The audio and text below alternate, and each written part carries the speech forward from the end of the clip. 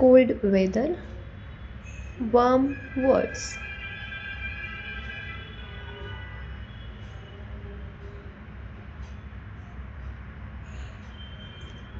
Chilly, meaning slightly cold.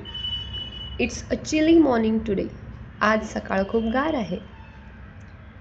Cozy, meaning warm and comfortable.